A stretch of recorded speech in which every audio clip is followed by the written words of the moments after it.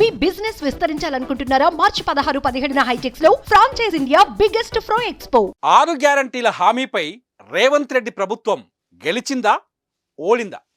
6 గ్యారంటీలు 100% అమలు కాకపోవడానికి కారణం రేవంత్ రెడ్డి ప్రభుత్వమా, అంతకు ముందు పాలించిన కేసీఆర్ ప్రభుత్వమా? 6 గ్యారంటీల అమలు విషయంలో తెలంగాణ ప్రజలు ఎవరిని సమర్థిస్తారు? రేవంత్ రెడ్డికి మద్దతిస్తారా, లేదంటే బీఆర్ఎస్ చేస్తున్న ఆరోపణలను విశ్వసిస్తారా? తెలంగాణలో కాంగ్రెస్ సర్కారు కొలువై మార్చి 15కి 100 రోజులు పూర్తయింది. అధికారంలోకి వచ్చిన 100 రోజుల్లోనే 6 గ్యారంటీలను అమలు చేస్తామని మాటిచ్చిన కాంగ్రెస్కు గడువు కూడా ముగిసింది. మరి జనం ఏమనుకుంటున్నారు? రేవంత్ మాట తప్పారు అంటున్నారా, లేదంటే ఆలస్యమైన మాట నిలబెట్టుకుంటారు అని భావిస్తున్నారా? ఇప్పుడుది ఆసక్తికరంగా మారింది.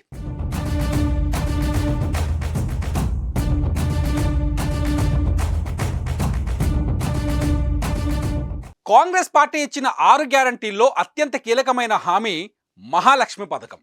మహాలక్ష్మి పథకం కింద కాంగ్రెస్ పార్టీ 3 కీలకమైన హామీలు ఇచ్చింది. అందులో ప్రతి మహిళకు నెలకు 2,500 రూపాయల ఆర్థిక సాయం, 500 రూపాయలకే గ్యాస్ సిలిండర్, ఆర్టీసీ బస్సుల్లో మహిళలకు రాష్ట్రమంతా ఉచిత ప్రయాణం. కానీ ఈ 3 హామీల్లో ఇప్పటి వరకు అమలయ్యింది కేవలం 2. ఒక 500 రూపాయలకు గ్యాస్ సిలిండర్, ఆర్టీసీ బస్సుల్లో మహిళలకు ఉచిత బస్సు ప్రయాణం. అయితే ప్రతి మహిళకు నెలకు 2,500 రూపాయల ఆర్థిక సాయం అందిస్తామన్న హామీ ఇంకా పెండింగ్లోనే ఉంది.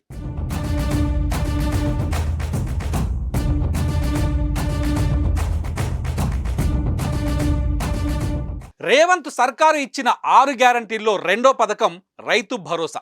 ఈ పథకం కింద రేవంత్ సర్కార్ 3 కీలకమైన హామీలు ఇచ్చింది.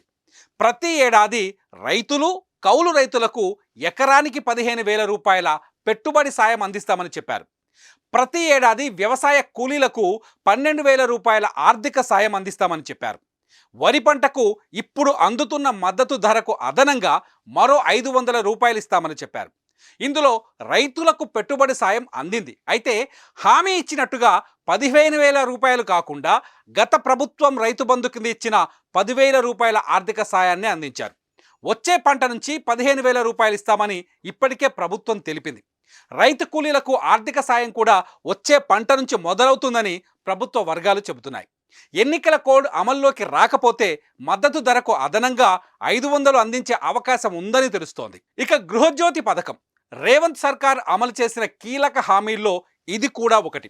ఇప్పుడు తెలంగాణలో ప్రతి ఇంటికి విద్యుత్ ఉచితంగానే అందుతోంది. ఫిబ్రవరి మాసం నుంచే గృహజ్యోతి పథకం అమల్లోకి వచ్చింది. ఫిబ్రవరి మాసానికి చెందిన విద్యుత్ వినియోగంపై మార్చి మొదటి వారంలో వచ్చిన పవర్ బిల్ 0 అనే వచ్చింది. మార్చి 1వ తేదీ నుంచే ఈ 0 బిల్లులు కనిపించాయి. పేద, మధ్యతరగతి, ధనవంతులు అన్న తేడా లేకుండా 200 యూనిట్లకు లోపు విద్యుత్ను వాడుకున్న వారికి ఉచిత కరెంట్ అందుతోంది ప్రస్తుతం.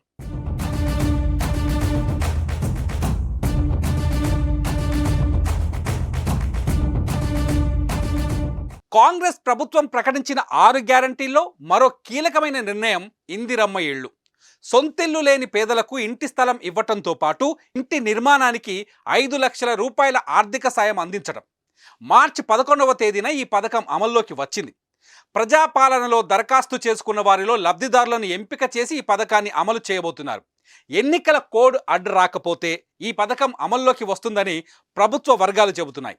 ఇకపోతే ఇదే ఇందిరమ్మ ఇళ్ల గ్యారంటీ కింద తెలంగాణ ఉద్యమకారులకు 250 గజాల ఇంటి స్థలం ఇస్తామని ప్రభుత్వం చెప్పింది. అయితే ప్రజాపాలనలో అందిన దరఖాస్తుల పరిశీలన తర్వాత లబ్ధిదారుల ఎంపిక జరుగుతుందని ప్రభుత్వ వర్గాలు చెబుతున్నాయి. ప్రస్తుతానికి ఈ పథకం పెండింగ్లోనే ఉంది. తెలంగాణలో అధికారంలోకి వచ్చిన తర్వాత తాము అమలు చేస్తామని చెప్పిన 2 అతిపెద్ద హామీలు కూడా ఉన్నాయి.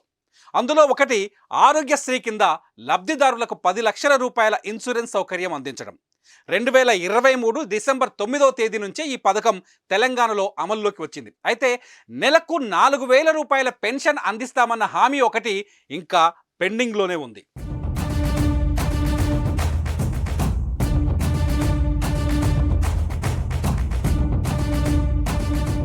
యువ వికాసం యువతకు కాంగ్రెస్ ఇచ్చిన కీలకమైన హామీల్లో ఇది కూడా ఒకటి.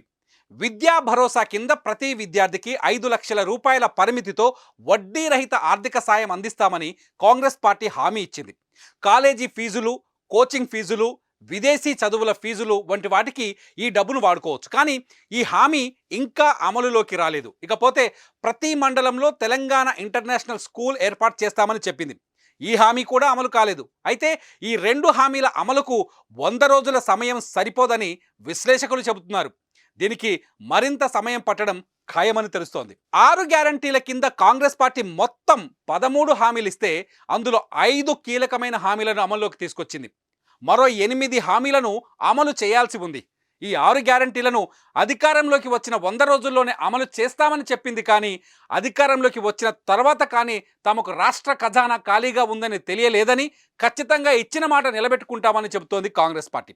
ఒక్కటి మాత్రం నిజం, 100 రోజుల మాటను అమలు చేయడంలో కాంగ్రెస్ వెనకబడిపోయింది. ఇటు పార్లమెంట్ ఎన్నికల నేపథ్యంలో ఈ 100 రోజుల శపథం ప్రతిపక్షాలకు అస్త్రంగా మారటం ఖాయమని తెలుస్తోంది.